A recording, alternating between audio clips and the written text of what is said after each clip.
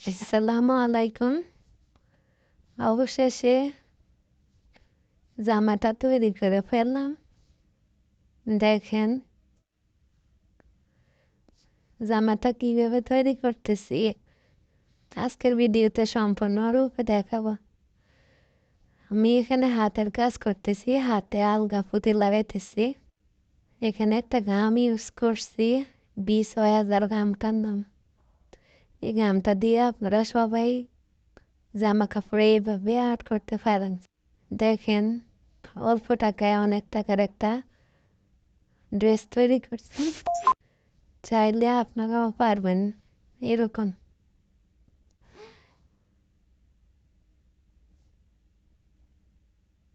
ড্রেসটা কেমন হলো কমেন্ট বক্সে জানাবেন।